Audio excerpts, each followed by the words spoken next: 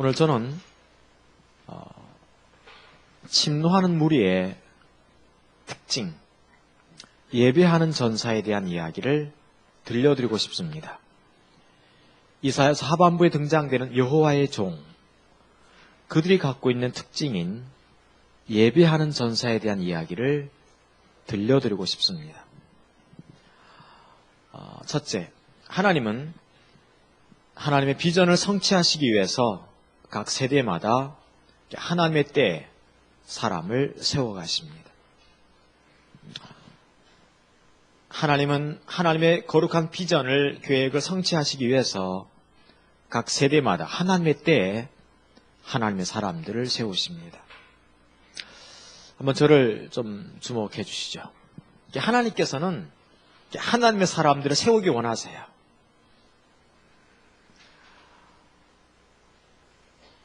우리가 알다시피 이사야서 맨 마지막 장이 이사야서 66장이잖아요. 하나님께서 이스라엘 백성들이 성전을 세우고 나서 하나님의 도움을 구하기 위하여 그렇게 기도할 때 하나님이 우리를 도와달라고, 하나님이 우리를 잊지 말아달라고, 우리를 축복해달라고, 우리에게 하나님의 거룩한 복과 생명을 마음껏 넘쳐나게 해달라고 간절히 기도할 때 하나님은 그 66장 1절과 2절에서 이렇게 말합니다. 너희들이 나를 위해서 무슨 집을 짓겠느냐? 이 모든 것을, 이 천지를 내가 다 지어 일으켰느니라. 나는 다만 마음이 가난하고 심령이 통회하며 내 말을 인하여 떠는 그 사람을 세워서 내 일을 이룰 것이다. 이렇게 말을 하고 있습니다. 이 한마디에서 우리는 뭘 할 수 있는가 하면 하나님은 하나님의 사람들을 정말 세우고 싶어 하신다는 거예요. 하나님의 뜻을 이루시기 위해서. 그 마음을 이렇게 보여주신 장면이 이사야서 66장 2절이에요. 사람들은 하나님께 기도할 때 하나님 저희들을 도와주십시오. 저희들에게 정말 좋은 지도자를 주십시오. 우리들에게 정말 좋은 목회자를 주시며 하나님 마음껏 우리를 통치해 주세요 라고 기도하고 있지만 하나님은 나는 정말 그런 사람을 세우고 싶다. 그런 이야기들을 이사야서 66장 2절에 남겨놓고 있어요. 하나님은 정말 하나님의 비전을 이루시기 위해서 그렇게 사람을 세우기 원하십니다. 이 간단한 말 같은데도요, 하나님은 얼마나 사람을 세우고 원하시는지.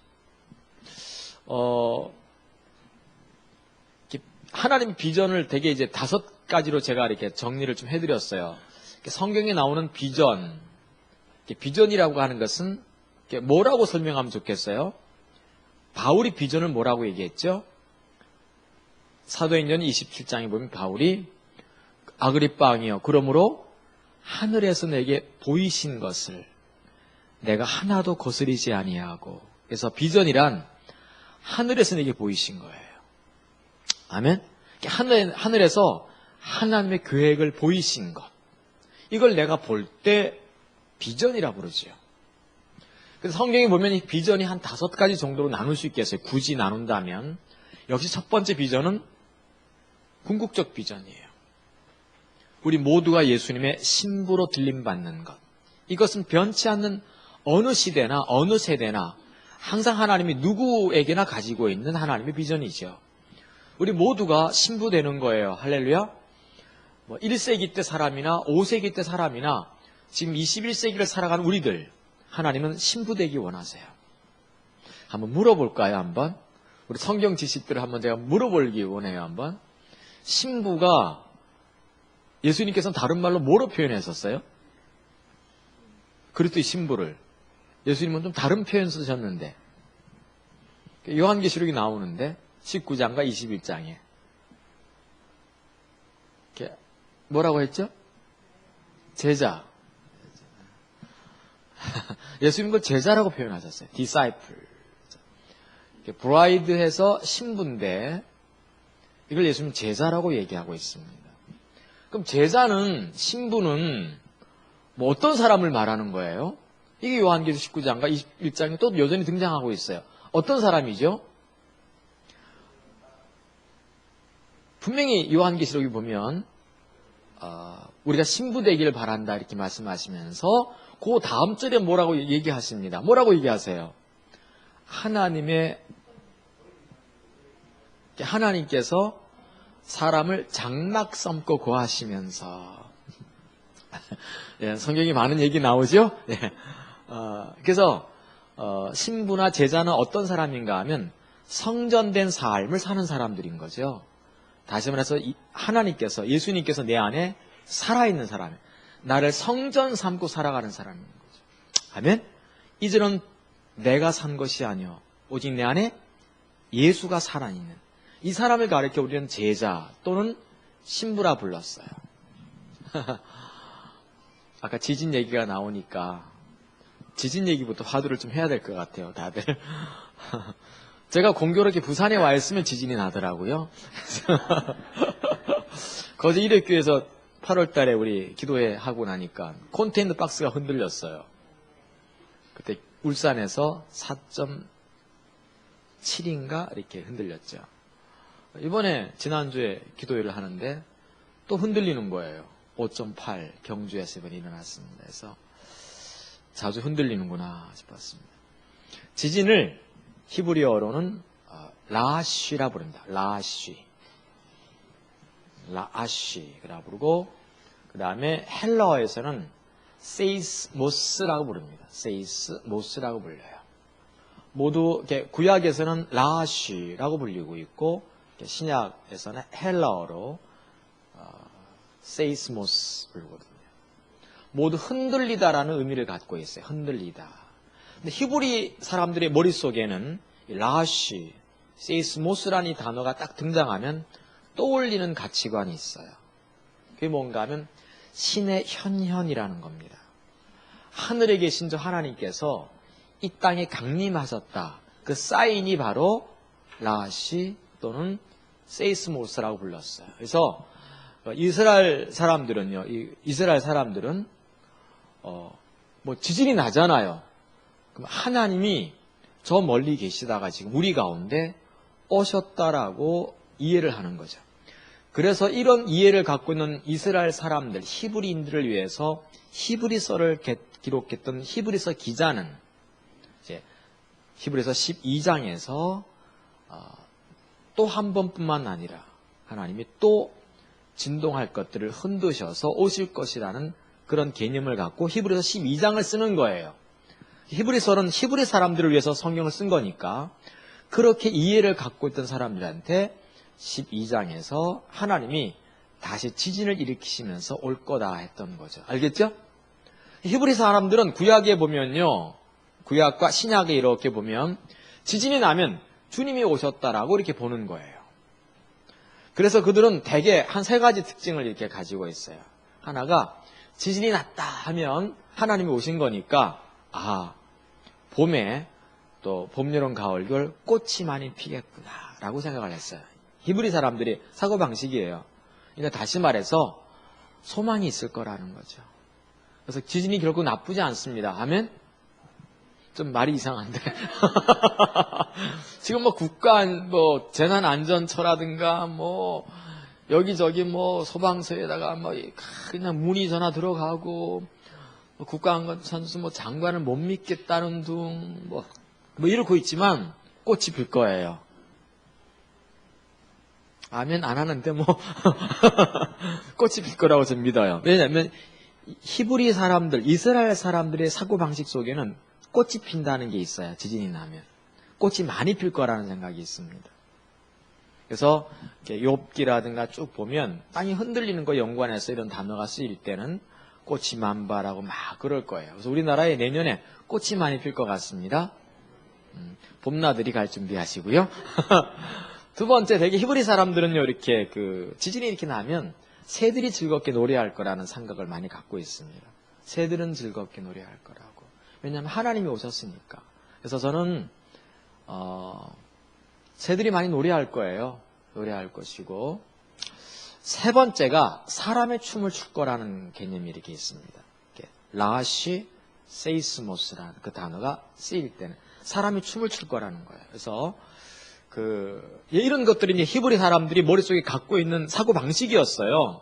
그래서 지진이 나면 우린 춤출 일이 많이 벌어질 거예요. 할렐루야. 그래서 소망입니까 아닙니까? 그래서 꽃이 피니까 소망이고, 새들이 노래할 거니까 기쁨이 있을 것이고, 사람이 춤을 출 것이니까 우리에게 회복과 부흥 오지 않겠나 하는 생각이 드는 거예요. 그래서 하나님의 사람들은 그래요. 더 흔들어 주세요. 오란씨. 더 흔들어 주세요. 막 하는 거죠. 거꾸로 흔들어 주세요. 그래서 이기수 목사님은 가끔 이제 하나님께서는 반드시 이런 꽃이 피게 하시고, 그 다음에 새들이 노래하게 하시고, 사람이 춤을 추게 하시기 위해서 우리를 흔들어 놓으세요. 삶을. 이렇게 삶을 흔들어 놓으시죠. 그래서 하나님이 여러분들 흔드시면 그냥 기분 좋게 받으시길 바랍니다. 가끔 건강도 흔드시고, 자녀도 흔드시고, 맞습니까? 네, 그 다음에 교회도 약간 흔들어 보세요. 이렇게. 나도 내 비전도 막 흔들어 놓으시기도 하고, 내가 주께 받은 약속도 한번 흔들어 보세요. 이렇게 다 흔들어 놓으시면 하나님이 오시겠다는 약속입니다. 신의 현년이라는 어떤 개념이 지진 가운데 라시 속에 있었던 거니까요. 그래서 여러분들이 지진 나니까 좋은 것 같아요. 더 흔들어, 좀 이상하다. 지금 재난지역으로 선포할 판인데 지금 좀 말이 이상하지만, 어쨌든 간에 우리가 늘 나쁘게만 받을 게 아니라, 부정적으로만 받을 게 아니라, 뭔가 이 일을 통해서 우리 다시 하나님 앞에 좀 겸허하게 설 수 있으면 좋겠어요. 알겠죠? 근데 하나님께서는 하나님의 비전을 이루시기 위해서 사람을 세우세요. 그래서 첫 번째 비전이 이제 받은 궁극적 비전이죠. 제자 되는 것, 신부 되는 거예요. 그건 어떤 사람이 제자고 어떤 사람이 신부냐? 성전된 삶을 살아가는 거예요. 그래서 우리가 성전된 삶을 그래서 계속 왜 구약이나 신약이나 성전을 왜 짓는가 하면 우리를 처소 삼고 계시겠다는 거예요. 그 사람이 신부고 그 사람이 제자니까. 두 번째 비전이 있죠. 각 시대, 각 세대마다 세우신 비전이에요. 하나님의 때에 세우신 비전이죠. 예를 들면 노아 때에는 하나님의 비전이 뭐였어요? 물로 세상 심판하시고 하나님을 경외하는 한 인간을 택하여 인류를 존립시키는 것, 존속시키는 거죠. 번영시키는 것. 이게 주의 뜻이었어요. 아브라함 때 주의 뜻은 뭐였어요? 비전이. 한 인간을 택하여 큰 민족 이루게 하시고 그 민족 때문에 모든 열방이 마지막에 복받게 만드는 거죠. 그렇죠? 네.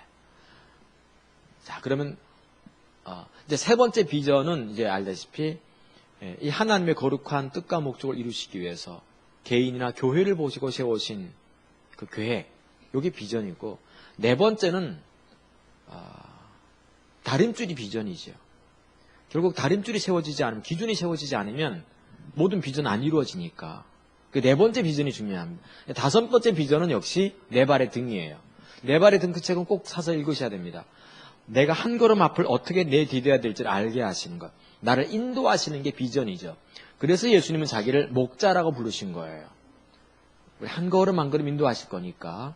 자, 근데 두 번째 비전 종류에 보시면 각 세대마다 세우신 주의 뜻과 목적이 비전이에요. 그래서 하나님이 각 세대마다 이렇게 비전을 갖고 계세요. 노아 때 비전이 있고 아브라함 때 비전이 있고.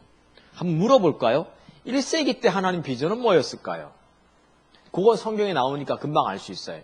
1세기 때 비전. 다시 말해서 예수께서 태어나신 그때부터 100년 뒤 될 때까지 비전은 뭐였어요? 분명히 말씀하셨죠. 예루살렘과 유대와 사마리아와 땅끝 스페인까지 이르러 내 증인되라. 그래서 예수님의 제자들이 스페인을 향해서 일어나는 것, 그게 1세기 때 하나님의 비전이었어요. 예루살렘과 유대와 사마리아 땅끝 스페인이었죠, 그 당시. 그래서 바울은 로마서 15장에서 스페인이라는 단어를 계속 쓰고 있습니다. 내가 스페인을 가야 된다, 서바나를 가야 된다. 계속 바울은 그 시대에 하나님의 비전을 읽었기 때문에 1세기 때 비전이죠. 계속 스페인을 가고자 했어요. 스페인을 가기 전까지는 달려갈 길을 다 달려간 게 아니에요. 디모데후서 4장에 보면 내가 달려갈 길을 다 마쳤다라는 표현을 보면 스페인을 다녀온 걸로 이렇게 추론하는 겁니다. 신학자들은. 2세기 때 비전은 뭐겠어요? 다시 말해서 101년부터 200년 될 때까지 하나님 비전 뭐였을까요? 우리가 쭉 한번 보는 거예요. 지진 얘기할 때는 눈이 탁 뜨이다가 이제 전 이런 걸 조사하는 걸 좋아해요. 그냥 뭐가 문제? 일단 1세기 때 있고 2세기 때 여러분 생각해 볼 때 뭐가 심각한 문제였을까요? 신앙의 전수죠. 1세기 때 사도들 12사도가 다 죽어요. 70명의 제자도 죽어요. 오순절 마가이다라 방에 있던 사람들이 전부 다 죽습니다. 문제는 2세기 때 뭐가 문제겠어요? 101년부터 200년까지. 뭐가 문제일까요? 신앙이 전달돼야 되거든요, 이제. 세대를 이어서. 그때 하나님이 하신 일들이 바로 교부들을 세우시는 일들이었습니다. 근데 그 교부들의 역할은 굉장히 중요합니다. 그러니까 신앙이 무언가를 규정하기 시작한 거예요. 그때는 성경이 없었다는 사실을 기억하셔야 됩니다.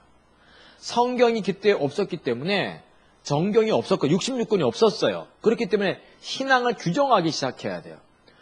여러분들 여주본 목사님 쓰신 하나님을 아는 것에서 자라남 책자 다 읽어보신 분 한번 보십시오. 몇 사람 안 되네. 그걸 언제 한번 공부를 해야 되겠네요. 보니까 거기 보면 기도의 요소라고 하는 단원이 나오는데 여주본 목사님이 오리겐 얘기를 꺼내고 있습니다. 2세기 때 교부였거든요. 그러니까 다시 말해서 신앙이 전수되는데 기도가 전수되고 신앙의 본질이 전수가 되고 이렇게 전도가 전수되어지고 이해가 되나요?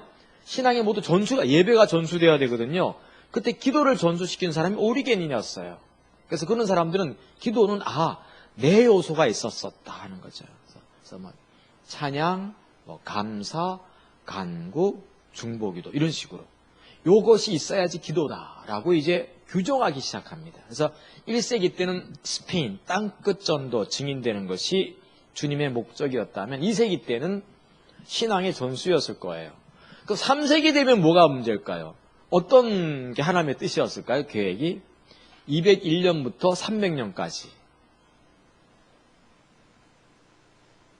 성경의 기록이죠. 이제 신앙을 규정하기 시작했는데 문제는 뭔가 하면 규정을 하는데 지네 마음대로 규정하기 시작하는 거예요, 이제. 그래서 성경들이 쓰여지기 시작합니다. 그래서 수많은 성경들이 이렇게 사본을 이렇게 해서 이렇게 대필되어지기 시작했습니다. 성경들이 많이. 3세기 때 보면 정말 많은 성경들이 이렇게 쏟아져 나오기 시작합니다. 근데 별 성경이 다 있는 거예요. 막 빌레몬 복음서, 그래서 외경, 위경이 이제 그냥 산더미처럼 나오기 시작했어요. 3세기 때 하나님의 어떤 하나님의 계획, 비전이 있다고 한다면 성경이 필사였어요. 성경을 쓰기 시작한 거예요. 성경이 필사되기 시작해요, 이렇게. 예. 원래 오리지널 성경은 이제 1세기 때 쓰여졌던 성경은 사라질까요, 안 사라질까요? 파피루스를 썼다든가 이렇게 헝겊에 썼는데 이것들이 이제 낡아서 없어지기 시작하는 거예요, 서서히. 필사를 가장 많이 했던 때가 3세기였어요. 자, 그러면 이제 제가 물어요. 4세기, 근데 이제 알다시피 1세기, 2세기, 3세기 가면서 로마 제국의 핍박은 갈수록 심해졌거든요. 로마 제국의 핍박은 엄청 강해졌어요. 그러면서 이제 성경이 쓰여지기 시작합니다. 4세기, 301년부터 400년 될 때까지. 이제 가장 하나님께서 하셨던 놀라운 일은 뭐겠어요? 이 100년 어간에 하나님이 가장 했던 가장 위대한 일은 397년에 카르타고 해 정경 66권이 완성되는 순간이었습니다. 이것이 없었으면 지금 우리가 성경이 없는 거예요. 성경이 없으면 신앙의 기준이 세워집니까? 안 세워집니까? 안 세워지는 거죠. 하나님이 또렷하게 뭘 하셨는가 하면 4세기 때 성경 66권, 즉 정경 66권을 결정짓는 일을 하십니다. 근데 안타깝게도 이게 4세기 때 있어요. 301년부터 400년 어간에 일어난 일이에요. 이 100년 어간에 가장 하나님이 하셨던 가장 위대한 역사는 몇 사람 구원하는 것도 귀하지만 66권의 말씀이 우리 가운데 주어졌다는 거예요. 자, 근데 알다시피 313년에 그냥 1세기, 2세기, 3세기 오면서 계속 뭐가 있다고 그랬습니까? 로마에 박해와 핍박이 엄청 심했거든요. 근데 313년에 콘스탄틴 대제죠. 제가 알기로 그 사람이 이제 뭐 하는 거죠? 기독교를 이렇게 공인화시킵니다. 믿어도 된다는 거예요, 이제. 그리고 397년에 알다시피 기독교는 로마의 뭐가 됩니까? 국교가 되고, 그리고 그런 어떤 그 신앙 어떤 자유의 어떤 그 바람에 의해서 5년이 지난 다음에 397년에 4세기입니다, 지금. 그때 66권의 정경이 결정이 됐어요. 아멘? 이게 쭉 이어진 거예요. 근데 안타깝게도 기독교가 로마의 국교가 딱 되니까 어떻게 됩니까? 기독교는 곧바로 급속에 성경이 완성되고 기독교가 국교화됐으면 이게 신앙에 이제 뭐가 불어와야 돼요? 순풍에 돛을 달듯이 그냥 이제 예수 잘 믿어야 되잖아요. 신기하게도 정경도 없고 기독교가 박해받을 때는 기독교가 살아있었어요. 근데 기독교가 국교화돼서 이제는 기독교를 다 믿어야 돼, 기독교를. 그러니까 하면 성경 66권도 딱 들려줬어. 근데 그때부터 어떻게 됩니까, 기독교는? 5세기 들어서부터 기독교는 급격히 타락하기 시작합니다. 그때 하나님이 5세기 초엽에 하나님의 사람 한 사람을 세웠어요. 4세기 말에 성경을 완성시킨 다음에 5세기 넘어들어서 하나님이 한 사람을 딱 세워놓고선 말씀에 의한 삶을 살기 위해서 몸부림쳤던 한 인간이 하나 있었습니다. 지금 우리에게 많이 회자되고 있는 이름인데 누구시죠? 어거스틴이죠. 하나님 말씀 때문에 몸부림쳤던 사람. 그거 아닌데 해서 어거스틴이 이 사람이. 사람들이 너무 타락해가는 거예요, 이제. 근데 어거스틴이 잠깐 나오고요. 그리고 하나님의 사람들이 사실 좀 부족했습니다. 6세기, 7세기, 8세기, 9세기, 10세기, 11세기, 12세기 가면서 중세 1000년의 세월이 흐르면서 교황들이 나오기 시작합니다. 교황이 나오면서 알다시피 기독교는 너무너무 타락했습니다. 제가 20살 그 무렵에 이제 목사가 이제 좀 되고 싶은 마음이 있잖아요. 그래서 보카치오라는 사람이 쓴 데카메론이라는 책이 있습니다. 혹시 아십니까? 보카치오의 데카메론. 혹시 읽어보신 분 한번? 제가 한 4-5번 읽었거든요. 제가. 두꺼운 책입니다. 쉽지 않습니다. 읽기가. 길어서. 근데 뭐를 기록하고 있는가? 이름이 보카치오예요. 그리고 이 사람이 데카메론을 쓴 거예요. 뭘 기록했냐면 얼마나 목회자들이 부패했는가, 교회가 썩었는지를 기록한 책입니다. 하나님이 제게 그 책을 많이 읽게 하셨어요. 보니까 너무 못됐어, 목사들이. 그때는 이제 사제들이죠. 그때 아주 못됐어요. 그때 내가 의분을 품면서 나는 이러지 않으리라. 근데 요즘 하나님이 그 책을 다시 한번 읽어보겠느냐 그러시는 것 같아요. 그러면 거기에 쓰여져 있는 모습이 내 모습 같을 것 같아서 상당히 좀 걱정되는 거예요. 자, 그렇게 했는데 중세 1000년 동안에 기독교는 썩을 대로 썩어갑니다. 그리고 그 썩은 열매가 언제 나타나는가 하면 바로 12세기, 13세기, 14세기, 다시 말해서 중세 말년에 일어나기 시작합니다. 크게 두 가지 일이 벌어지기 시작했습니다. 제가 한번 세계 역사를 한번 훑어드리는 거예요. 아멘? 기독교 관점에서 한번 보는 거예요, 이렇게. 재밌습니까? 안 재밌습니까? 나중에 제가 6세기, 7세기, 8세기 때도 뭐 어떤 일이 있었는지를 한번 제가 들려드릴게요. 그 나중에 얘기입니다. 오늘 저 설교하고 상관없기 때문에. 근데 12세기 들어오면서 이슬람이 자라기 시작합니다. 마호메트 믿는 사람들이 자라나기 시작해요. 세력을 펼쳐오기 시작한 거예요. 그래가지고 이제 예루살렘을 먹어버린 거예요. 말이 됩니까? 안 됩니까? 이게? 가만히 말이 안 되잖아요. 예루살렘은 적어도 기독교의 성지고 살렘이잖아요. 하나님의 평화, 그분의 임재, 그분의 집이 있는 곳이거든요. 이걸 이슬람한테 뺏긴 거예요. 그래서 13세기부터 십자군 전쟁을 일으키기 시작한 거예요. 유럽이. 역사에, 여러분 인터넷을 좀 보시면 알겠습니다. 되게 난 정말 뒤집히는 것이 기독교인 신학자들 가운데 이거에 대해서 십자군 전쟁에 대해서 제대로 쓴 책이 하나 없다는 거예요. 인터넷 뒤져보면 금방 알아요. 어떻게 알 수 있는가 하면 4차례 걸쳤는지 4차례 전쟁을 치렀는지 정확하게 못 기록합니다. 인터넷에다가 글을 쓴 논문 쓴 사람들도요. 아니 이 사람들이 십자군 전쟁 책이라 제대로 읽어보고 글을 쓰는지 막 그런 거 막 신경질이 나는 거예요. 8차례 이상 요렇게 되게 쓰고 있습니다. 아니면 8차례, 12차례 이상 싸웠거든요. 근데 약 300년에 걸쳐서 이 유럽에 있는 모든 기독교 젊은이들이 예루살렘 쳤던 거예요. 근데 12번 이상 싸웠는데 약 13차례 정도 싸웠어요. 제가 조사한 바예요. 근데 한 번도 이기질 못합니다. 1차는 이겼어요. 예루살렘을 탈환했어요. 근데 그때는 알다시피 이스라엘 사람들이 그 마호메트 군대가 예루살렘을 점령하고 나서 지키고 있는데 설마 북쪽에 있던 유럽에 있던 이 기독교 국가가 이렇게 많은 군대를 이끌고 쳐들어올지를 미처 생각하지 못했기 때문에 빼앗긴 거야. 한번 빼앗기고 나서 어떻게 합니까? 이스라엘이 마호메트 군사가 다시 군사를 모집해서 예루살렘을 다시 탈환해버립니다. 자기 거로. 그리고 알다시피 예루살렘 성전에다가 그냥 돔을 입혀놓아버리죠. 그냥 아예 그냥 돔. 마호메트가 여기서 승천했다는 거예요. 죽긴 사우디아라비아에서 죽었는데 밤새도록 죽어가지고 하얀 말 타고 와가지고 예루살렘 승천했다네. 그래서 그 우리가 지금 보고 있는 예루살렘 성전은 그게 성전이 아니라 마호메트의 그 뭡니까? 승천돔입니다. 근데 거기다가 기도하면 웃기는 거죠, 또 사실. 이게 마호메트의 성전인 거예요, 지금 현재. 우리가 보고 있는 거는. 그러니까 이거를 계속 300년 동안 지는 겁니다. 자, 그러면, 자, 여러분들이 그 당시에 하나님의 백성들이라고 한다면, 교인들이라고 한다면 무슨 생각 들까요? 자, 십자군 전쟁 터들어갈 때마다 다 교황서부터 사제들이 다 나와서 뭐 할까요? 찬양을 불러주지 않겠어요. 십자군이니까.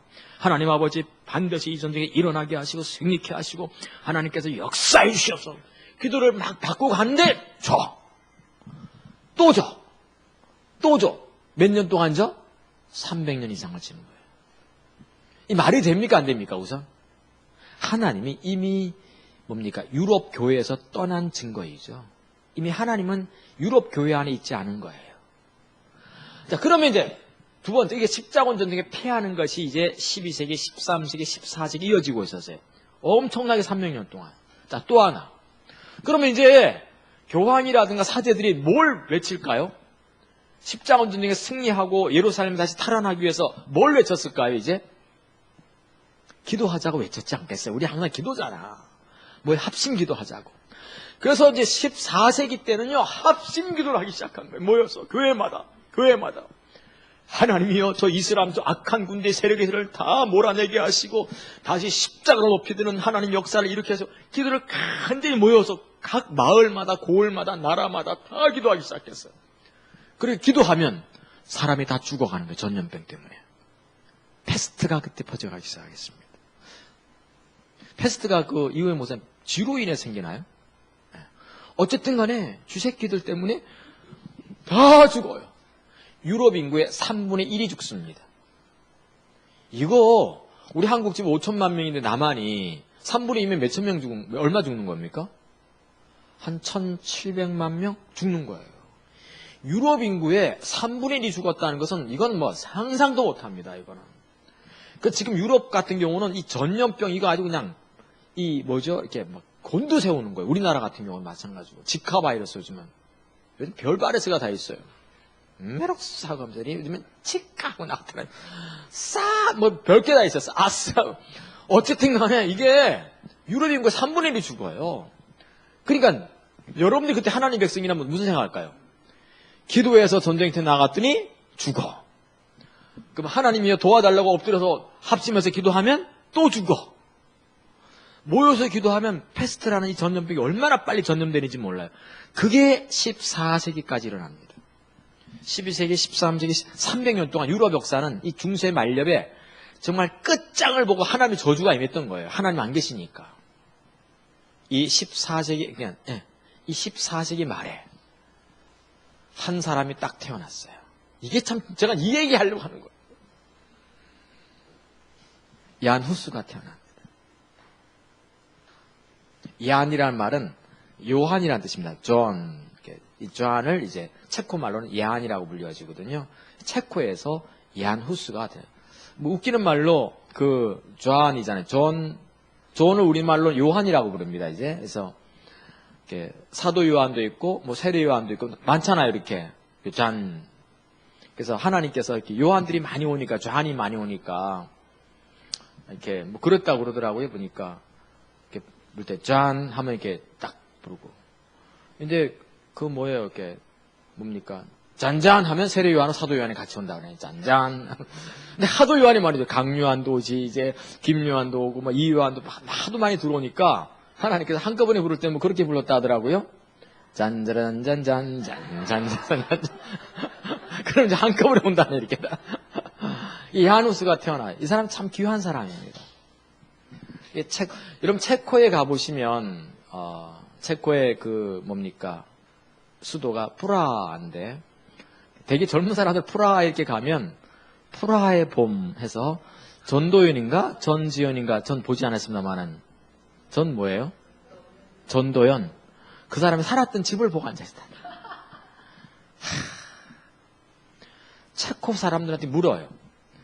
당신 나라의 영웅이 누구요? 물으면 체코 사람들은 얘기합니다. 두 사람이 있습니다.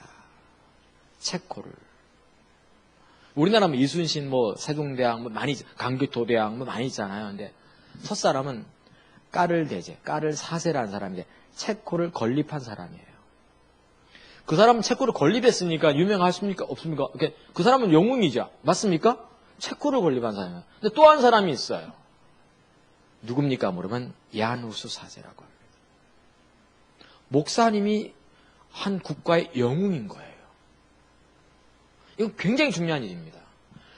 체코 사람들한테는 우리나라는 건립은 까를 대제가 했을지 모르지만 까를 4세가 이 땅에 정신적 주주를 세우고 이 땅을 정말 살려낸 사람은 목사님이라는 거예요.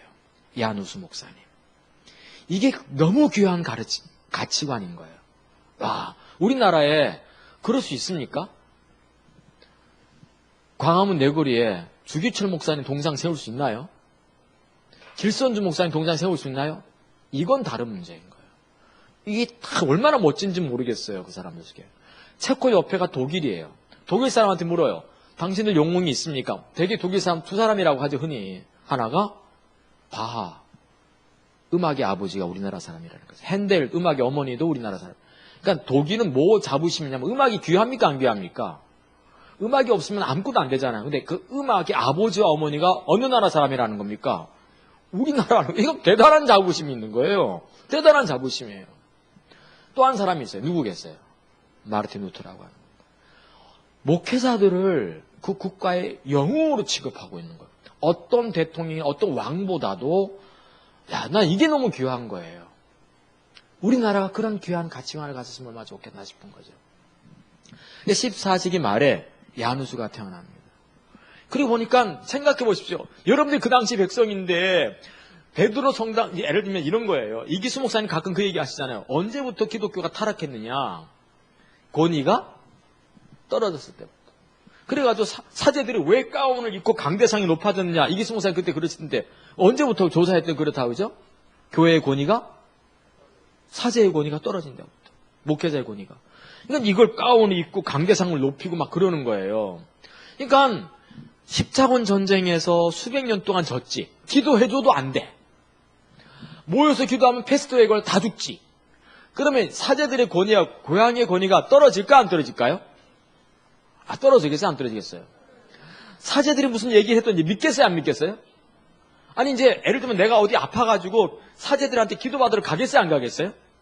안 가. 왜? 기도받다가 죽으면 큰일 나. 이거 사는 게 아니라 죽는 거예요 다. 이런 상황이 벌어진 거예요. 그때 야누스가 이제 태어나는 거죠. 그러니까 이 천주교 그때는 천주교 기독교 따로 없었으니까 그때 교회가 어떻게 했는가 하면 부끄러운 우리 자화상을 얘기하는 거예요. 그냥 어떻게 했냐면 권위를 높여야 되니까 베드로 성당을 이제 짓기 시작하는 엄청나게 크게 짓기 시작하는 거예요. 베드로 성당 엄청 크게 짓기 시작하는 거예요. 헌금하라니까 헌금하겠어요 안 하겠어요? 헌금을 하겠어요 안 하겠어요 여러분들? 기도받아도 안 되고 기도하면 죽고. 그러니까 헌금을 하겠습니까 안 하겠습니까? 안 하니까 이제 결국 묘책을 짜낸 게 뭡니까? 면죄부를 파는 거예요. 근데 사람들이 면죄부 사람도 사겠어요 안 사겠어요? 안 사는 거죠. 그럼 어떻게 해서 파는 겁니까 그 당시에? 그 당시는 알다시피 성경이 자기 나라 말로 번역되지 않고 라틴어로만 돼 있었어요. 자, 그렇기 때문에 어떻게 한 겁니까? 이제 그림을 갖고 다니는 거예요. 사람들 다 모아놓고 면죄부 팔게 하기. 영업부장이 있었죠. 면제부 영업부장이 있었습니다. 사제들 가운데 영업부장이 있어가지고 그걸 많이 팔면 이 사람은 이제 남는 게 많은 사람인 거예요. 근데 각 마을에 가서 면제부 사람 안 파니까 이제 어떻게 하는 거예요? 그림을 탁 보여주는데 그 그림에 뭐가 있겠어요? 사람이 지 옆에서 뜨거워가지고 막 그 몽크에 뭐 절규 이래놓고선 그걸 보면 중세시대 사람은 순수하거든요. 순수하니까 어떡합니까? 무서워하면서 이렇게 안 되려면 면제부 살아야 된다고. 그래야 다 산 거예요. 마틴 루터 교회 교인들도 샀어요. 마틴 루터 교인들도 산 거예요. 루터가 열 받을까 안 받을까? 자기 교회하고 왕실 교회가 바로 옆에 있었거든요. 자기 교인도 파니까 열 받아가지고 바로 그냥 그 다음날 가가지고 반방문 쳐붙인 거예요. 그냥 다 썩었다고 면제부. 이게요, 하나님께서 야누스를 태어나게 하셔서 하나님께서 면제부는 잘못된 것이고 우리는 하나님 앞에 회개해야 될 인간들이다. 하나님이 이렇게 했어요. 이 야누스가 성경을 막 번역하기 시작해. 자기 나라 체코 말로 하고. 그 다음에 야누스가 한 게 뭔가 하면 제가 그 얘기를 하려고 그래요. 뭘 하는가 하면 찬양을 만들어가기 시작했다는 겁니다. 전 야누스를 보면서 뭘 느꼈는가 하면 그가 종교교육했다 이런 걸 보는 게 아니라 그가 작곡하고 작사하고 해가지고 사람들이 찬송을 가르치기 시작했어요. 즉 예배를 회복하기 원했다는 겁니다. 전 이게 딱 제게 잡혔어요. 예배가 회복돼야 돼요. 오늘 예배하는 전사를 얘기하려고 그러는데 이제 그걸 한 거예요. 그랬더니 교황청이 어떻게 합니까? 이놈의 사제가 이거 가만히 보니까 이게 잘 나가던 사제였고 아주 편안했던 사제인데 이게 종교교육 딱 단행하기 시작하니까 교황청 불렀죠. 어떻게 합니까? 알다시피 교황청에서 그를 화형에 처해서 죽입니다. 그때 남겼던 존 후스가 남겼던 유명한 말이 하나 있습니다. 여러분들은 지금 얀 후스를 죽이는 게 아닙니다. 한 말이 뭘 죽인다? 많이 들어보셨는데 우리 장로교 목사님들은 많이 아시네. 뭘 죽인다고 그랬죠? 얀 후스가? 거위를 죽일 뿐이다. 한 마리 거위 죽인다고 해서 거위가 죽느냐 다? 수많은 거위가 있을 거라고. 그리고 그가 죽어요. 그 기도를 들으시고 딱 80년, 정확하게 이제 한 100년 후에 쓰임 받는데요. 딱 한 세기 지난 다음에 바로 하나님이 루터를 태어나게 하십니다. 그래서 15세기 초반에 얀 후스가 쓰임 받지요.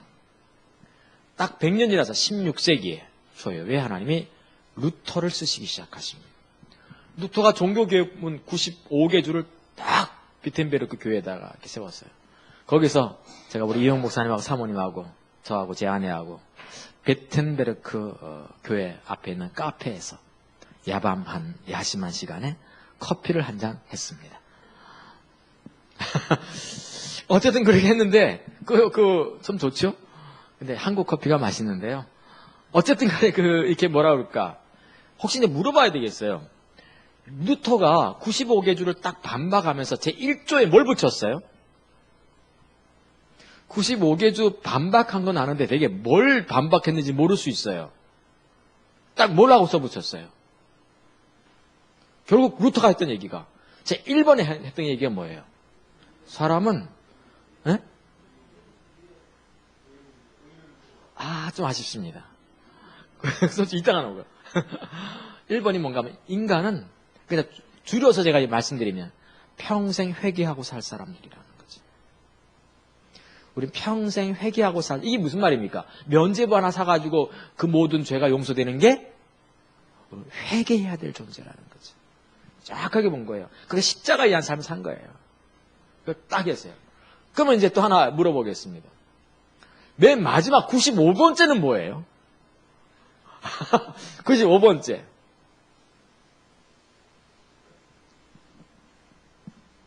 우리 인간은 자기를 끊임없이 들여다보지 않으면, 다시 말해서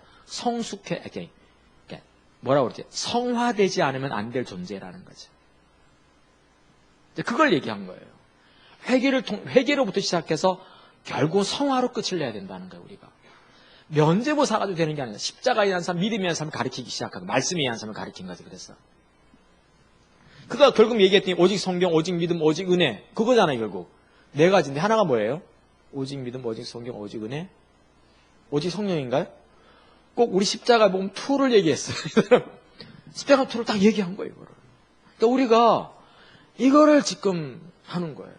제가 뭘 얘기하고자 하는가 하면 루터 역시 딱 100년 뒤에 딱 나타나가지고 결국 그 시대를 일으켜요. 하나님이 야누스라는 사람 딱 일으키더니 중세를 확 끝내버립니다. 그리고 근세를 열어버려요. 딱. 중세 1000년을 끝내버리십니다. 이분이 하나님이셨어요. 너무 멋지신 하나님이더라고요. 그다음 딱 100년 후에 루터가 생기니까요. 16세기가 주께로 돌아오기 시작합니다. 야누스 때문에 15세기가 돌아오더니 그 영향을 받았던 루터가 16세기를 주께로 일으켜요. 16세기 말에는 칼빈이 나오더니 찌빙글리하고 이들이 16세기 말을 이렇게 주께로 돌아오게 하더니 17세기부터 영향을 주기 시작했어요. 이런 사람들이 알다시피 19세기 이렇게 넘어가면서 요한의 진리가 나타나기 시작하잖아요. 20세기에.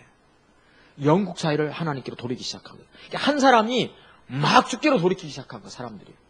전 뭘 얘기하고자 하는 거예요. 하나님은 하나님의 사람들 세우기 원하세요. 심령이 가난하고 애통하며 하나님 말씀을 앞에 뭐 하는 사람?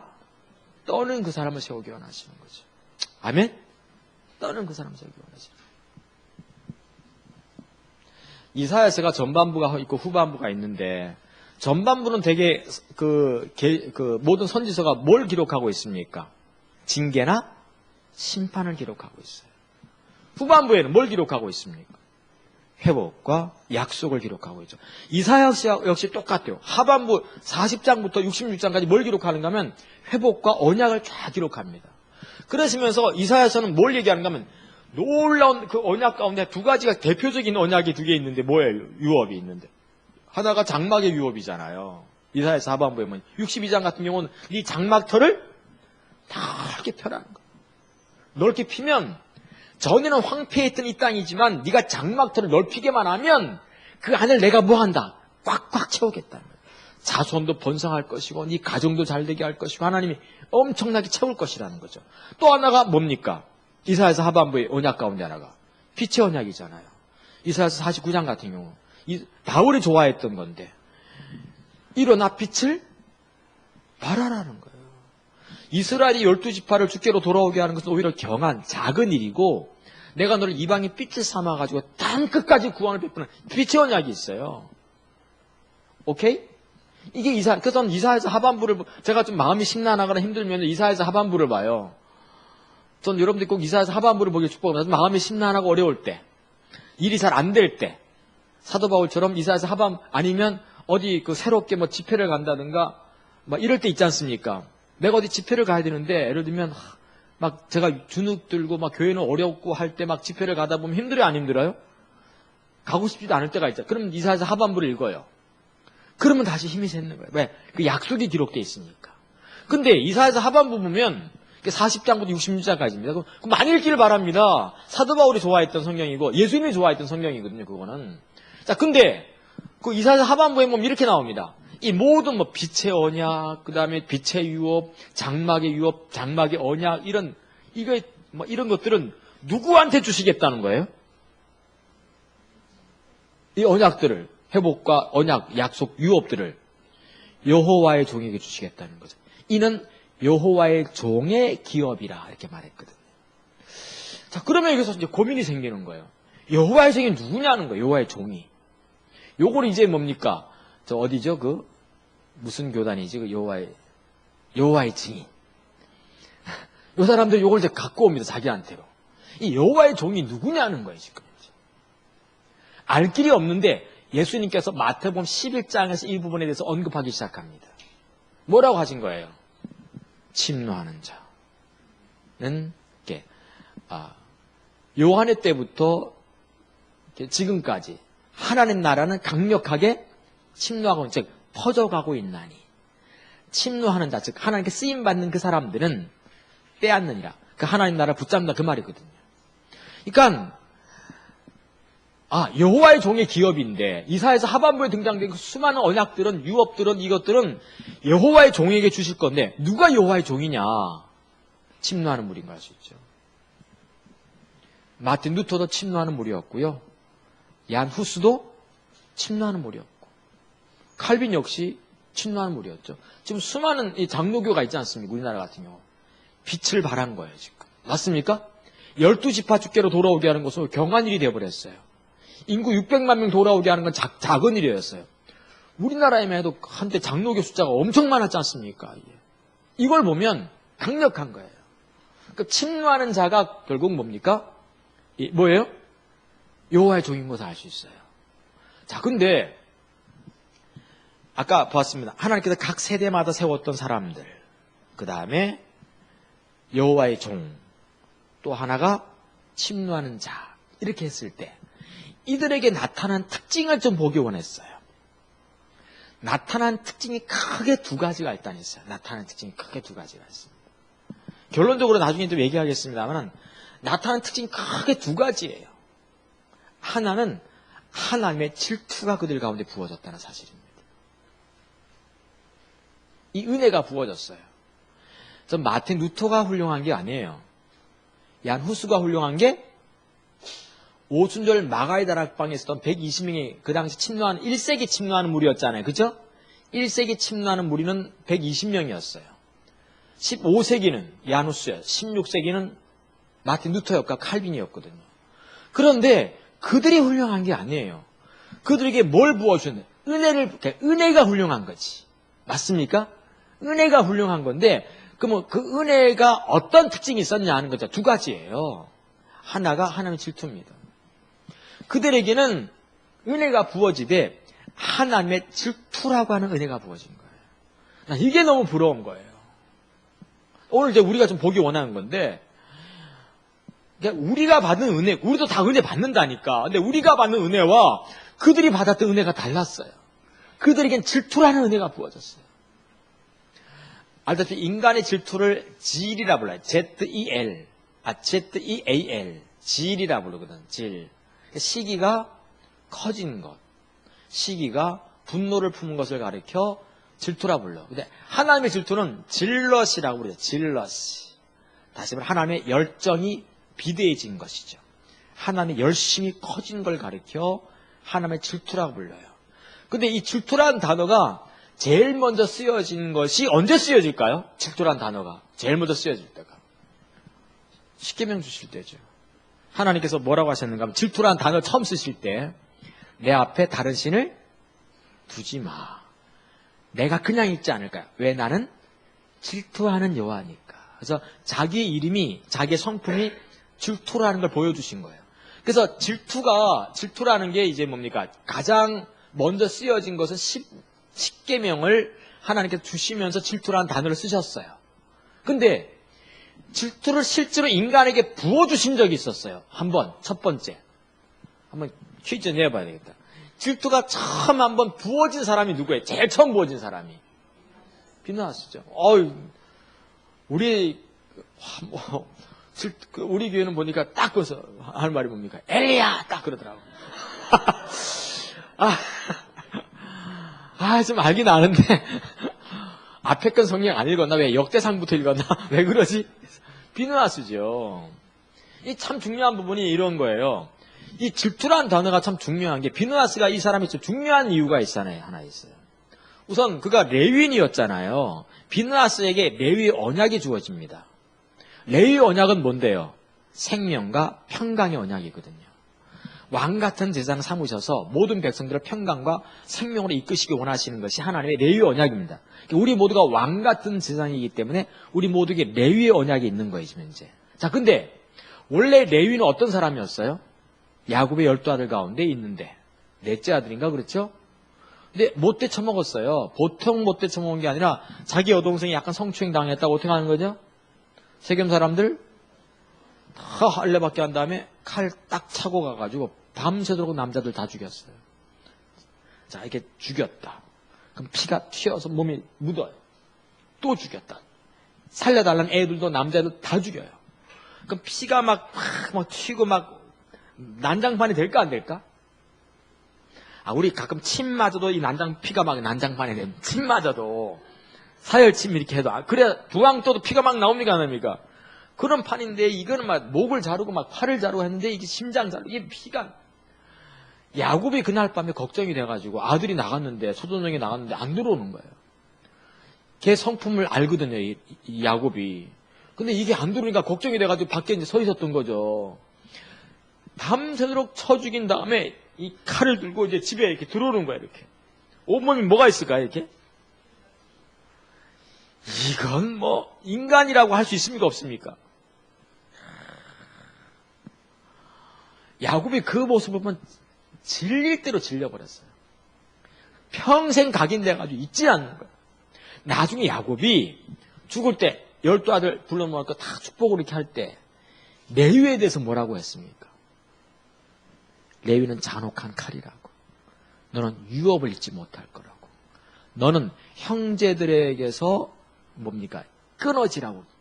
아주 저주를 해버립니다. 유업을 잊지 못할. 그러니까 아버지가 죽을 때쯤 되면 아무리 못된 자식이라도 용서합니까? 안 합니까? 되게. 아니, 아무리 자식이 잘못해도 부모는 되게 이제 죽을 때쯤 되면 용서를 해야 하네요. 용서하는 법인데 야곱은 용서하지 않습니다. 형제에게서 끊어지라고 얘기했어요. 끊어지라고. 그러니까 형제들과는 상종하지 말아달라고. 형제들이 너를 혹시라도 알까봐 걱정된다고. 그러고 죽어요, 야곱이. 그 집안이 그런 거예요, 그 집안이. 그 나중에 약간 회복되는 때가 있었는데 바로 그때 모세가 이제 그 금송아지 만들었을 때였어요, 이렇게. 모세가 내려오니까 금송아지 만들었잖아요. 그랬더니 어떡합니까? 이것들이 하면서 막 10계명 돌만 두 개 이제 회막을 지었어요. 그리고 하나님께 나오라! 그랬더니 이제 누가 나온 거예요, 그때? 레위인이 나가는 거예요. 대부분 안 나왔거든요. 근데 왜 레위인들이 나갔을까요? 이게 중요한 부분인데. 레위인들이 소외를 당하고 있었던 걸 볼 수 있어요. 하나님께 막 뛰놀고 예배하고 금송아지 앞에서 막 놀 때 누구를 소외시킨 거예요? 레위인 소외당한 거죠. 그때. 형제들 선에서 분명히 야곱이 뭐라고 했습니까? 형제들의 어떤 관계에서 다 끊어져 버리라고 했거든. 그러니까 레위인 속에는 뭐가 있습니까? 항상 이게 소외감은 항상 뭐와 연관이 되는 거죠? 묻지마 살인과 연관이 있는 거예요. 이게 속에 분노가 딱 있는 거야, 이게. 그렇습니까? 안 그렇습니까? 소외당하면 속이 상해, 안 상해요? 안 상해? 내가 한번 상하게 해볼까? 보고도 모른 척하고 탁 대들하면요. 목사님은 쳐다보지도 않는다고 막 그러지. 이게 레위인, 그러니까 모세가 나오라! 그랬더니 레위인만 나간 거예요, 그때. 별로 안 나갔어요. 그때 모세가 뭐라 합니까? 칼을 차라고. 그리고 닥치는 데 죽이라고 그랬거든요. 레위인은 그게 전문이었거든요. 그러니까 칼을 차자마자 어떻게 합니까? 다니면서 순식간에 막 사람 죽이기 시작한 거예요. 그렇지 않아도 그건 뭡니까? 이 속에 소외감, 이 버림받은 마음 때문에 분노가 이렇게 있다가 이것들 잘 됐다. 레위인들이 그런 사람들이었어요. 하나님께 어찌 보면 좀 버림받은 어떤 그런 사람들이었지. 근데 이 레위인 중에 비느하스가 있었어요. 원래 비느하스도 잘 죽이는 사람이었죠. 다 그 피가 그 피야. 이거 알다시피 이스라엘 백성들이 가나안 땅 진군해 갈 때 이스라엘 백성들을 막아낼 어떤 장수라든가 국가가 없었어요. 나라 부족이. 왜? 하나님이 함께 하니까. 모압 땅 지나갈 때 모압 왕 이 발락이 발락발락한 거지. 심장이 발락, 협심증이 안 왔을지 모르겠어요. 발락 왔더니 어떡합니까? 그 어때 동네 사람들 이름들마다 이상해. 발람이라는 선지자한테 좀 저주해보라 했더니 저주는 되지 않고 뭐가 안 나와요? 발람도 힘들어요. 왜? 왕이 그냥 이렇게 뭡니까 이렇게 저주하라 하지 않고 뭘 그냥 금은 뭐하다? 싸갖고 가가지고 금일봉 주면서 막 저주하라 했는데도 이 저주가 안 나오네. 축복만 나오고 너무너무 힘들어. 그때 이 발람 선지자가 머리 하나 묘책을 짜낸 거죠. 뭐라고 한 겁니까? 모압의 여사제들을 풀어보자는 거죠. 그 이쁜 여자들. 근데 옛날의 여사제는 창기의 역할도 같이 했었습니다. 쫙 푸는 거죠. 그러니까 지나가면서 뭐 이쁜 여자들, 광야에서 맨날 그 이스라엘 여자들은 맨날 40년 동안 이렇게 달라 모욕도 안 하고 있는 여자들 보다가 그냥 연지꼬지 찍고 막 이렇게 휘날리면서 나타나니까 이스라엘 남자들이 그래가지고 이제 막 연애하고 시작하고 막 이런 거예요. 주저앉은 거지요. 하나님이 성병을 돌게 한 거예요. 막 매독 같은 거. 수많은 사람 죽어가기 시작해서. 근데 비느하스가 질투가 원래 속에 있던 레위인들의 피 이거하고 결합이 됐는지 어쨌든 간에 질투가 보여주면서 칼 두 남녀를 찔러 죽이고. 그리고 이제 뭡니까? 전염병이 끝나요. 근데 하나님께 원래 살인하지 말라는 계명이 있습니까 없습니까? 근데 살인한 사람을 하나님이 축복하셨어요? 저주하셨어요? 이게 참 웃기는 겁니다. 분명히 하나님 십계명에 살인하지 말라라고 있어요. 근데 질투는 살인보다 앞서는 거예요. 분명히 살인했는데도 불구하고 하나님이 비느하스가 내 질투를 가지고 그렇게 했다 하면서 레위의 언약을 주십니다. 레위 지파를 회복한 사람이 누군데? 비느하스인 거죠. 레위인들을 통해서 왕 같은 재앙을 통해서 백성을 그 시대를 통치하기 원하셨던 거예요. 통치해버리신 거예요. 이게 하나님 뜻인 거예요. 하나님은 지금도 왕 같은 제상을 통해서 이 나라를 통치하기 원하세요. 그래가지고 막 비느하스 때문에 생명과 평강의 언약이 주어지는 거죠. 이야, 이게 레위의 언약이거든요. 자, 그러면 이 질투, 하나님의 사람들 이 질투가 부어졌어요. 그럼 못 견디듯이 하나님 일을 하기 시작합니다. 질투가 부어진 거죠. 나중에 야누스를 부르잖아요. 너 교황청 와서 네 할 말 좀 해봐. 근데 가면 죽는 거 뻔이다? 근데 야누스가 그때 했던 얘기들 중에 좀 이런 비슷한 말이 있어요. 항상 이 사람들 이런 비슷한 말 합니다. 내가 여기 있으니 내가 어찌 안 가리요. 이런 말들을 비슷하게 합니다. 내가 여기 있는데, 하나님을 아는 내가 여기 있는데 내가 어찌 안 가리요. 100년이 지난 다음에 야누스를 불태워 죽인 그 현장에 또 누구를 부릅니까, 이제는? 루터를 부르는 거죠. 그 루터를 어떡합니까? 가방 싸면서 내가 여기 있는데 내가 어찌 안 가리요. 늘 비슷한 말들을 하는 거예요. 다. 내가 여기 있는데요. 내가 안 가면 누가 가냐는 거예요. 사람들은 가라고 그게 뭡니까? 말립니까 안 말립니까? 말리는 거예요. 계속 가지 말라고. 나중에 바울이 예루살렘으로 갈 때 사람들이 막 말립니다. 가지 말라고. 그때 바울이 했던 말이 뭡니까? 내가 주 예수께 받은 사명, 이것을 감당하는 일에는 내 생명은 조금도 귀한 게 아니라. 이게 질투가 부어진 거예요. 저는 이게 그 시대를 하나님께로 돌이켰던 어떤 이런 사람들 속에는 뭐가 있냐면, 하나님 뭐가 있다고요? 질투가 있어요. 질럿이, 열성이 있어요. 오늘 우리를 돌아봐야 됩니다. 또 하나가 있어요. 그게 바로 예배가 있었습니다. 마르틴 루터가 지은 찬양 혹시 아시는 분 있어요? 작곡, 작사까지 다 했는데. 그렇죠? 내 주는 강한 성이요 방패와 병기 되시니. 그걸 제가 저희 교회에서 찬양을 불렀더니 청년들이 잘 몰라. 찬양과 경배 맨날 불러대가지고 그래서 그 찬양을 가르쳤어요. 내 주는 강한 성이요. 그래서 이 땅에 마귀 뚫으러 우리를 삼키려 하나. 지금 루터는 지금 뭐 하고 있는가, 이렇게 이미 영적 전쟁을 치르고 있는 걸 보고 있었던 거예요.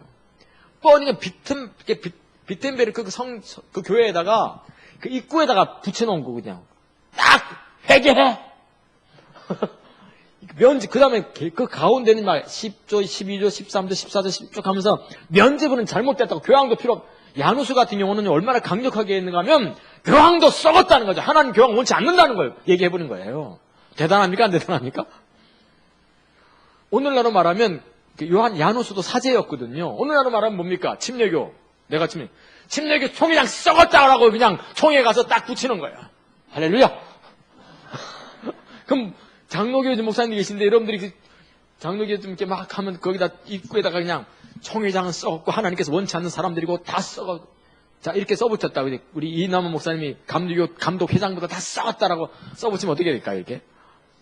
바로 이제 응급금 안 나오는 거예요. 이제 7년만 참으면 되는데, 연금이 이제 감독에 나오게 되거든요.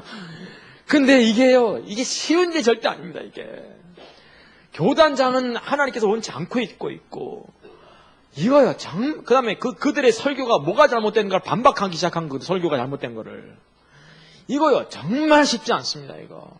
그러니까 이거 오죽했으면 이미 루터는 이제 죽기를 목숨 내놓고 시작하는 거예요, 하나님 사람. 이게 질투 아니면 안 되는 거예요, 이게 질투 아니면 안 되고, 또 하나가 야누스도 찬송가를 썼어요. 작사하고. 루터도 작곡하고 작사하고. 뭘 통해서 예배가, 복음이 들어갈 수 있는지를 딱 하나님 찾는 방법이 뭔지를 알았던 거죠. 예배가 안 되면 하나님 찾는 게 어렵다는 걸 이미 알고 있었던 걸 알 수 있어요. 여기를 보면 이게 두 가지가 딱 잡힌 거예요. 예배와 질투였어요. 아멘?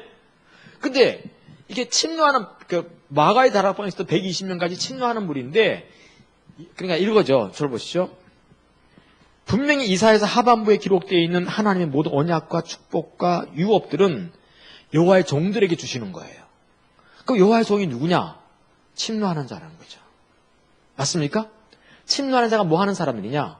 그 시대 하나님께 쓰임받은 사람들이에요. 1세기 때 누구냐? 120명인 거죠. 그들은 구약을 끝내고 신약을 열었던 사람들이거든요. 루터가 누구냐? 결국 중세 1000년을 끝내버리고 근세를 열었어요. 다시 말해 르네상스를 열기 시작한 거예요.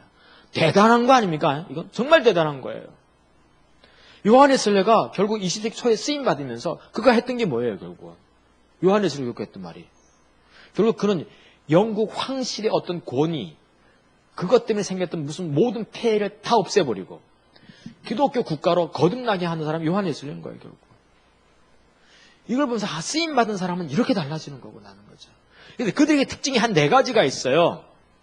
이게 보니까 하나가 써놨는데, 하나님 나라 일이라면 물불 가리지 않습니다. 왜? 뭐가 부어져 있기 때문이죠? 그 다음에 하나님 찾는 예배가 되어 있기 때문에. 하나님을 찾고 있는 데다가 질투까지 부어져 있으니까 하나님 나라 일이라면 물불 가리지 않아요. 내 생명 그건 중요한 게 아니에요. 물불 가리지 않았다는 거, 내 생명 귀하게 여기지 않았다는 거잖아요. 불 속이라도 들어가고, 우리 가끔 그 찬양 있지 않습니까? 불 속이라도, 아이고, 불 속 들어가겠어요? 불 가까이도 안 가. 그러니까 이게, 골골짝 이건 질투가 부어진 사람들이 불렀던 찬양들입니다. 질투가 부어졌던 사람들. 너무 귀한 거예요, 이게. 그러니까 질투가 있고 예배가 있다 보니까 하나님 찾는 게 되다 보니까 하나님 나라 일이라면 물불 가리지 않아요. 지금 이 나라에 하나님 나라 일이 있거든요. 이거 물불 가리지 않아야 돼요. 21세기 하나님의 비전은 뭐예요, 지금? 대한민국의 21세기 하나님 비전은 전 우선 다음 세대라고 본 거예요.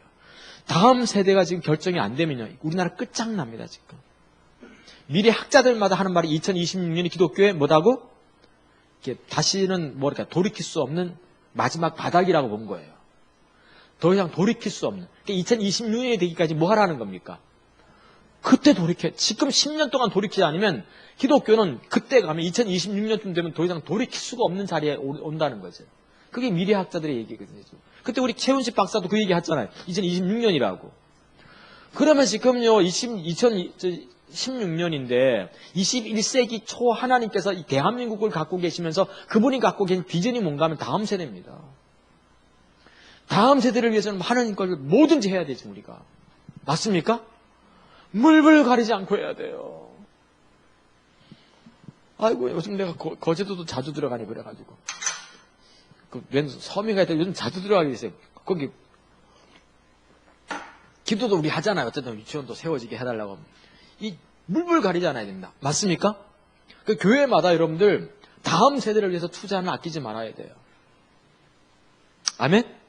너무 중요한 것 같아요. 그래서 이들은 물불 가리지 않았다는 거예요. 두 번째가 항상 사역 공동체 중심부에서 일했던 특징이 있어요.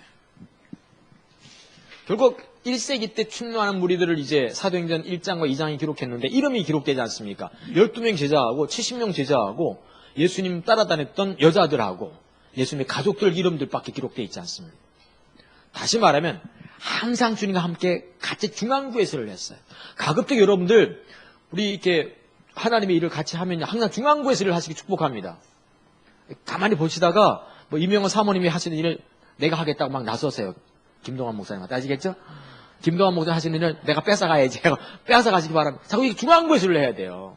아멘? 왜 당신만 다 해먹냐 이렇게 하면 강사도 내쫓고 여러분들이 강사하지 막 이래야 돼.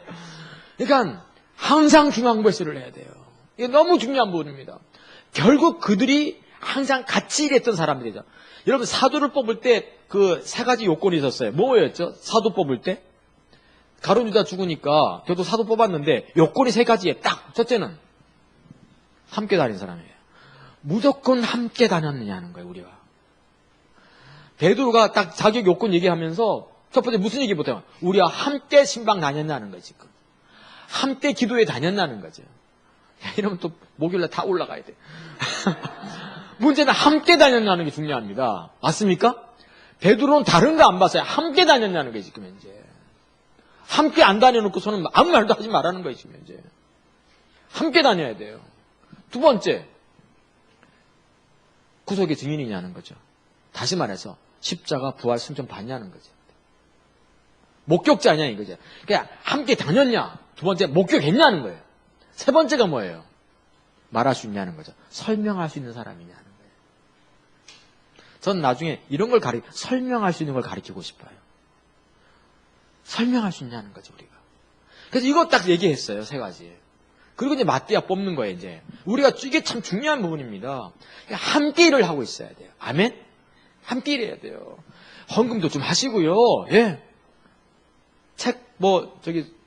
소강교회 책 빌려 쓰면 안 되지, 우리가. 그죠? 그 날개 하면 안 되지. 저도 5권 살게.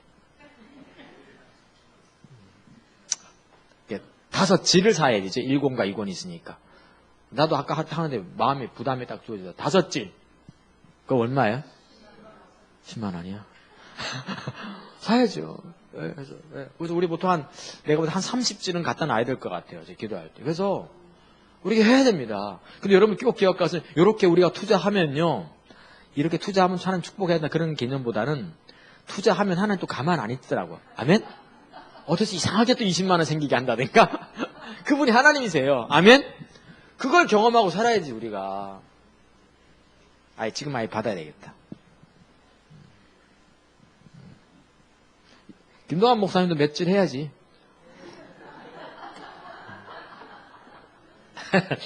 그렇죠. 이게 본인이 얘기했으니까. 자, 우리가 이런 게 필요합니다. 물불 가리지 않아야 되고 중앙부에서 세 번째가 뭔가 하면 마지막까지 길을 달려가야 돼요. 이게 참 저는 제가 볼 때 12명의 제자가 딱 있는데 결국 다 침노하는 무리가 됩니다. 가룟 유다 빼고. 근데 12명 제자 중에서 누가 제일 참 주님 따라가기 힘들었을까요? 제일 힘들었던 사람. 한번 딱 정답은 없어요. 정답은 없지만 근데 딱 성경에 보면 딱 답이 나와. 누구예요? 누가 제일 힘들었을까?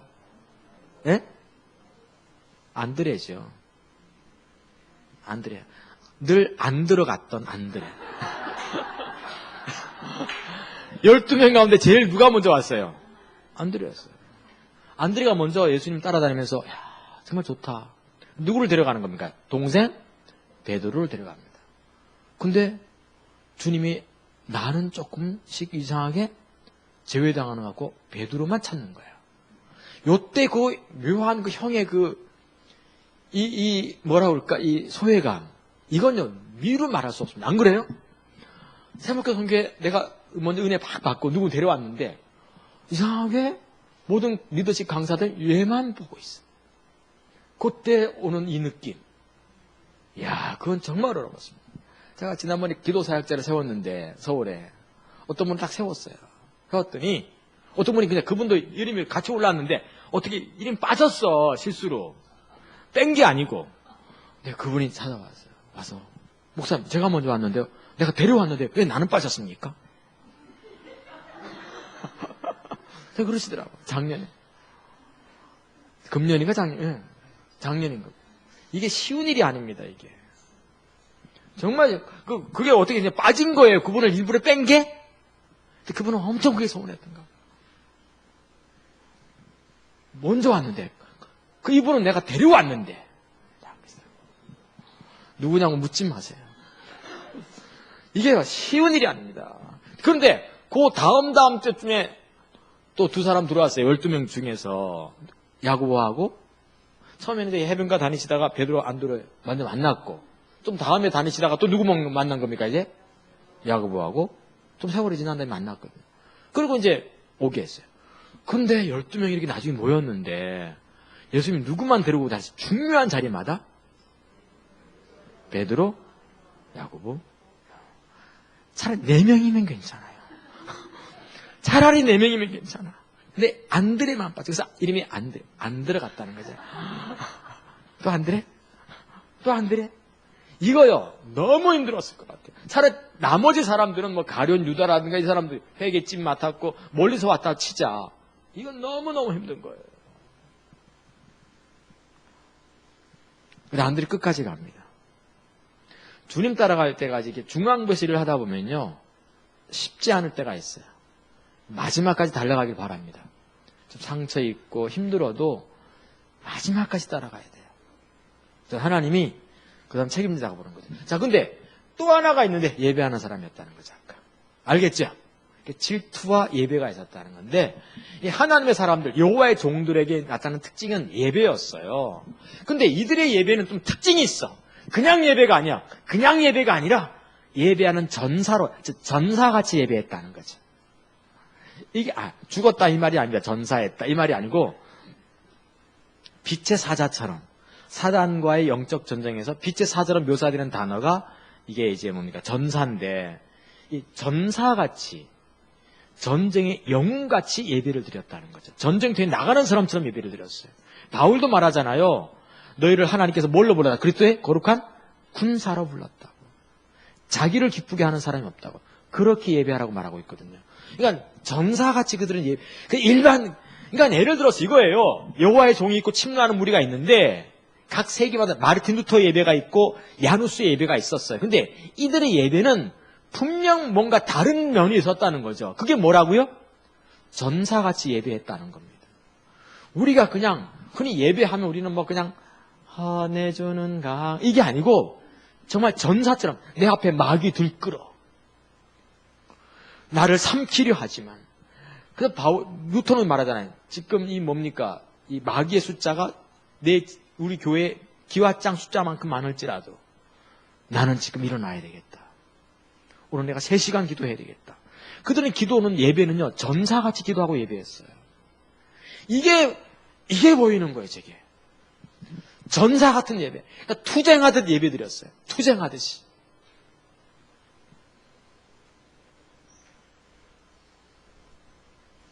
자, 3번에 3번 보시면 침노하는 자들, 이렇게 이들의 예배를, 전사 같은 예배를 한번 제가 이제 한 4가지로 얘기를 해놨어요. 하나는 이들의 예배는요, 질투를 품고 예배하는 거예요. 하나님이요, 반드시 주의 뜻 이루어달라고. 그러니까 그들의 그 예배는 진짜 뭐라고 그럴까? 절절했어요, 하나님. 내 주는 강한 성이. 오늘날은요, 내 주는 강한 성에 부를 때 합창하고 있어요, 지금. 마르틴 루터가 합창했겠어요, 그거 갖고? 합창하는 게 아니고, 이거는 지금 내가 죽느냐 사느냐로 지금 싸우러 나가는 거거든요, 이건. 이해가 되시죠? 싸우러 나가는, 마귀가 내 앞에 들끓고 있는데, 이 장수 누군가 하면서 우리 주 예수 그리스도시로다. 이 장수 나와서 승리케 하실 것이다. 이거예요. 지금 합창할 곡이 아니라 이거는 진짜 질투를 품고 그 시대와 싸우는 거예요. 그 시대를 잡고 있는 마귀, 공중의 권세자만 싸우는 거거든요. 지금 주님 의지에서. 맞습니까? 이게 뭐와 같은가 하면 저는 그래서 이렇게 그들의 예배는 응원가였어요. 그들의 예배는. 그들의 찬양과 경배는 응원가였어요. 뭐와 같은가 하면 여러분들, 하나님 더 하세요. 더 역사하세요. 더 일하세요. 이런 게 있었어요. 여리고성 돌 때 하나님께서 하셨던 게 뭐예요? 하루에 한 바퀴씩 도는 거거든요. 찬양과 경배를 드리는 거예요. 이거는요, 이스라엘 백성들이 지금 이게 여리고성 돌면서 할렐루야 이게 아니에요. 지금 이 여리고성이 무너지지 않으면 우리 모두 가족까지 몰살당하는 전사같이 지금 예배하는 거예요, 지금. 여리고성 돌면서. 하나님이요. 그리고 뭡니까? 맨 마지막에 7번 돌고 나서 소리를 한번 지릅니까? 안 지릅니까? 지를 때 어떻게 질렀겠어요? 야, 이렇게 했겠어요? 여리고성 무너져야 되거든요. 하나님 앞에. 야, 이건요, 생상이 걸려있는.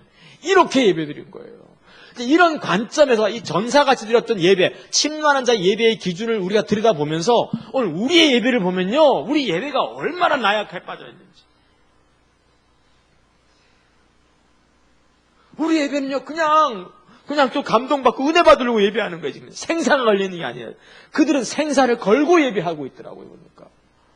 그러니까 체코란 나라는 야누스를, 독일이란 나라는 누구예요? 이 사람 지금 루터, 스위스는 칼빈과 찌빙글리를 국가적 영웅으로 모시고 있어요. 자기 나라를 영적으로 살려냈다는 거예요. 이게 너무 귀한 것 같더라고요. 그래서 우리가 이런 게 필요해요. 우리가 하나님의 질투를 품고, 또 하나가 육체를 신뢰하지 않는 가난한 마음이죠. 우리는 쉽게 이렇게 육체를 신뢰하는 게 있어요. 종교적 자부심인 거죠. 내가 그동안 기도했던 거, 내가 그동안 주를 위해서 헌신했던 거, 내가 베냐민의 지파여 율법에 이르는 흠이 없었던 거, 내가 바리새인 중에 바리새인으로서 성경을 많이 연구했던 것은 육체잖아요. 이런 육체를 신뢰하지 아니하고 정말 가난한 마음으로 내 속에 선한 것도 없고 하나님의 기쁘시게 하는 능력도 없고 하나님의 자원으로만 살려고 하는 그 몸부림, 그 속에서 예배를 하나님께 드리고 있는 걸 보세요. 하나님께서 은혜를 그치지 않으면, 하나님의 자원으로 내게 채워주지 않으면 내가 못 살겠다는 이 마음들, 주여 도와주시옵소서. 난 루터가 귀한 게 그거더라고요. 제가 사실은 몇 개월 동안 제가 루터 속에 살았어요. 루터 속에 살다가 제가 이제 체코에서 야누스를 딱 봤는데 야누스한테 빠진 거예요. 그때부터 제가 또 뿅 갔어요. 우리 이영 목사님과 이은 사모님도 야누스한테 빠졌죠. 루터가 아니라 야누스한테 빠져버린 거예요. 야누스가 있었기 때문에 루터를 또 하나님께서 키웠구나. 이게 딱 보이니까 나는 한 마리 고이일 뿐입니다. 여러분들 지금 나를 한 마리 고이만 죽일 뿐입니다. 기꺼이 죽는 거죠. 수많은 거이들이 있을 거라고. 근데 그 거이 중에 하나가 이제 칼빈, 찌빙글리, 루터가 나오기 시작하기 시작합니다. 이걸 보면서 이분들은 이렇게 뭐라 할까, 지금 이렇게 본 것처럼 자기가 그동안 하나님 앞에 뭘 이렇게 열심히 살았던 거, 그거 의지하지 않아요. 루터 같은 경우는 이제 뭐라 합니까? 오늘은 내가 해야 될 일이 많으니까 몇 시간 기도해야 되겠다? 3시간 기도해야 되겠다. 이게 내가 이제 좀 배운 거예요. 우리 할 일이 많으면 어떻게 해요? 바로 나가야 돼요. 우리 할 일이 많잖아요. 사실 새목계 선교회 할 일이 더 많아졌어요, 지금. 그렇습니까? 안 그렇습니까? 근데 가만히 보니까 할 일이 많은데 옛날보다 더 하나님 앞에 더 머물지 못하는 것 같아요. 근데 이게 제가 좀 하나님 앞에 괴롭더라고요, 이게. 새목계 선교회가 할 일이 많아졌어. 진짜 할 일이 많아, 지금. 그러면 뭐 해야 되는데? 이전에 하나님 앞에 엎드리는 시간이 1시간 반이었다면 지금은? 난 그때 진짜 하나님 앞에 산에서 주님 앞에 많이 엎드렸거든요. 근데 그렇게 많이 엎드리지는 못해. 그래서 이게 좀 아쉬워요. 저도 이제 좀 이렇게 하나님 앞에 충분히 엎드려 있는 시간을 더 갖고 싶더라고요. 우리가 이게 진짜 필요합니다. 알겠죠? 육체를 신뢰하지 않는, 정말 주님의 은혜 아니면 오라 나는 공고한 인간입니다 하고 그분은 계속 그분의 자원으로만 살려고 하는 거, 내 머리 의지하지 않고. 세 번째가, 그 예배의 특징이 하나님의 임재가 예배의 기본 틀이었다는 거예요. 예배하는 전사에 역시 제일 좋은 샘플이 다윗이거든요. 시편 21편이 뭐라 합니까? 한 가지를 내가 평생 구했는데 뭘 3가지예요. 하나가 여호와의 집에 거하여 임재가 있는 곳에 머물러서 아름다움 앙망하면서 그 전에서 이렇게 들을 것이다. 하나님 음성 듣겠다는 거죠. 그걸 26편에서 뭐라고 하는가 하면 내가 주의 임재가 머무는 곳을 사랑한다고 그랬거든요. 다시 말해서 다윗은 늘 전쟁터 누비고 다니지만 예배를 드릴 때 예배의 기준이 어디에 있었어요? 예배의 기준이? 단순한 찬양과 경배가 아니었어요. 예배의 기준이 뭐예요? 주님의 임재가 지금 있느냐는 거예요. 지금. 야, 이게 귀하더라고. 시편 27편을 내가 다시 읽으면서 내가 딱 깨달았게, 다윗의 예배의 기준은 뭐냐? 주님의 임재예요. 결국 주님 만나서 영광 봐야 돼요. 아멘? 그리고 나서 이런 관점에서 우리 교회 예배를 보니까요, 드럼도 치고 막 노래도 뜨겁게 부르고 막 많이 해. 분명히 옛날보다 막 그냥 이렇게 드럼, 베이스 막 예배 시간에 막 공공공공공 막 앰프 어떤 때나 이러고 예배해. 꽝꽝꽝꽝 때리니까 그런 건 있어. 근데 문제는 뭐 어디에 있는 거예요? 기준이? 그 전사같이 예배를 드렸던 사람들은 그 기준이 뭐예요? 임재가 있냐는 거예요. 임재가 기준이에요. 찬양 팀의 기준이 아니라. 지금 우리가 아까 예배를 드렸는데 임재가 있냐는 거예요. 임재가 있었냐는 거예요, 지금. 그래서 아름다움을 앙망하고 보는 시간이 있었냐는 거죠. 그분의 아름다움을 보면서. 이런 관점에서 보면 오늘날 마르틴 루터가 왜 안 나오느냐. 이 세계를 변화시킬 사람을 왜 안 보내시느냐, 아직까지. 간단하죠. 이렇게 전사같이 예배하는 사람이 없는 거예요. 우리 모두가 정말 거제도에 루터 나와야 되고요. 부산에 야누스 나와야 되고, 할렐루야? 여기 나와야 되잖아요. 하나님은 각 세기마다 세우고 싶은 사람이 있었어요. 정말 세우기 원하시는 사람이 있었거든요. 그런데 잘 안 나올 때가 많아요. 왜냐하면 예배에서 실패하기 때문이 아닌가 싶어요. 전사같이 예배하는 거. 전 이게 보이니까 참 많이 괴롭더라고요, 처음에. 또 하나가, 결국 이들은 하나님의 영광 봐야 돼요. 이게 예배의 핵심. 예배의 기준은 임재였고, 예배의 핵심은 영광을 보는 거였어요. 요한계시록 4장과 5장에 보면, 요한도 역시 뭡니까? 침노하는 무리였잖아요. 침노하는 무리였는데, 요한계시록에서 보면, 하나님의 손에 이끌려서 이제 반모섬에서 보러 갔어요. 껌껌한 동굴 안에서 이제, 반모섬 동굴은 요만하거든요. 저도 반모섬 가봤는데, 동굴이 요만해요, 그냥. 요만한데, 늙어가지고 이제 요한이 늙어가지고 다시 일어나지도 못하는데, 꼭 이렇게 일어납니다. 근데 보여준 영광은 너무 큰 거예요. 시꺼먼 그 동굴 안에서도. 요한계시록 4장 가니까 창조주가 보이는 거예요. 창조주가 네 장면으로 보이잖아요. 요한계시록 보면. 첫째는 어떤 창조주 보입니까? 위엄의 창조주가 보여요. 다시 한번 위대하신 위엄의 창조주. 크시고 위대하신 분이 보이는 거예요. 그분의 위엄이, 천지를 창조하신 그 위엄이 보이는 거예요. 하늘과 하늘들이 하늘에도 계시기 비스무리한 그 위엄스러운, 위엄입니다. 위험이 아니고 위대하신 하나님 보여요. 두 번째는 그분이 거룩하게 되는 거룩하신 하나님 보였어요. 세 번째는 천지를 창조한 창조주가 보이기 시작한 거예요. 네 번째는 나를 지으신 분이 보인 거예요. 그러니까 베드로도 절하고 있고, 사도들도 절하고 있고, 12지파 족장들 절하고 있고, 천사도 절하고 있고. 그 창조주 앞에서. 그래서 요한계시록 5장에 보면 어린 양한테 또 다시 집중이 바뀝니다. 어린 양 앞에 딱 던지는 거예요. 부와 명예와 존귀와 영예 다 가지신 분이 드리는 거예요. 그분이 주권 앞에 엎드리겠다는 거죠. 이건 뭘 보면, 내가 뭘 받는가 하면, 하나님의 사람들은 예배 드릴 때 영광 받다는 거예요. 다 쉽게 얘기하면 영광 본 거예요. 여러분들, 야누스가 나는 거위입니다 하고 이제 불에 태워 죽여지는데, 꼭 누구 생각하면 스데반 집사님 생각이 나더라고요. 이미 주의 영광을 딱 보니까 돌에 맞아 죽어도 문제가 되지 않아. 영광을 보니까 불에 태워져 죽어도 죽지 않아요. 그건 별 심각한 문제가 아니었어요. 루터도 기꺼이 죽음의 자리 가. 왜? 영광을 이미 봤기 때문에. 영광을 보는 게. 바울도 그렇잖아요. 내가 이미 이 면류관은 나뿐만 아니라 모든 사람이 주실 거 이미 영광을 봐버렸거든요. 그러니까 영광을 보는 거더라고요. 예배의 핵심은 영광이고요. 예배의 기준은 임재였어요. 그렇죠? 딱 보인 거죠. 이게 전사같이 예배드린 사람들의 예배의 특징, 여호와의 종들의 예배의 특징, 침노하는 무리의 예배의 특징이었어요. 그러면 우리에게 이제 뭡니까? 적용을 해야 되잖아요. 어떻게 하면 좋냐? 지금 우리 같은 사람들은 5번째, 6번째 써놓은 거예요. 찬양의 가사처럼 삶에서 주님 찾아야 됩니다. 아멘? 다시 간절히 주님 찾아야 돼요. 저기서 찾는다는 말이 뭔가 하면 신앙의 본질로 들어가기 원하는 거죠. 하나님 얼굴 구하면서. 여기서 정확하게 말 찾는다 이 말 속에는 뭐가 포함이 되는가? 첫째, 회개한다 이 말입니다. 스스로 겸비하고 기도하고 얼굴을 구하고 악하게 돌이키는, 이게 하나님 찾는 거죠. 우선 회개하는 것이. 두 번째는 뭐예요? 신앙의 본질을 추구하는 거예요.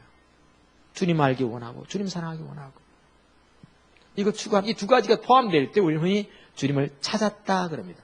세 번째 당연히 포함할 수 있다면 하나님의 뜻과 목적을 추구하는 거지. 회개하고 신앙의 본질을 추구하고 주의 뜻과 목적을 추구하고, 이게 이제 하나님 찾는다는 말의 의미인데 이것이 있어야 돼요.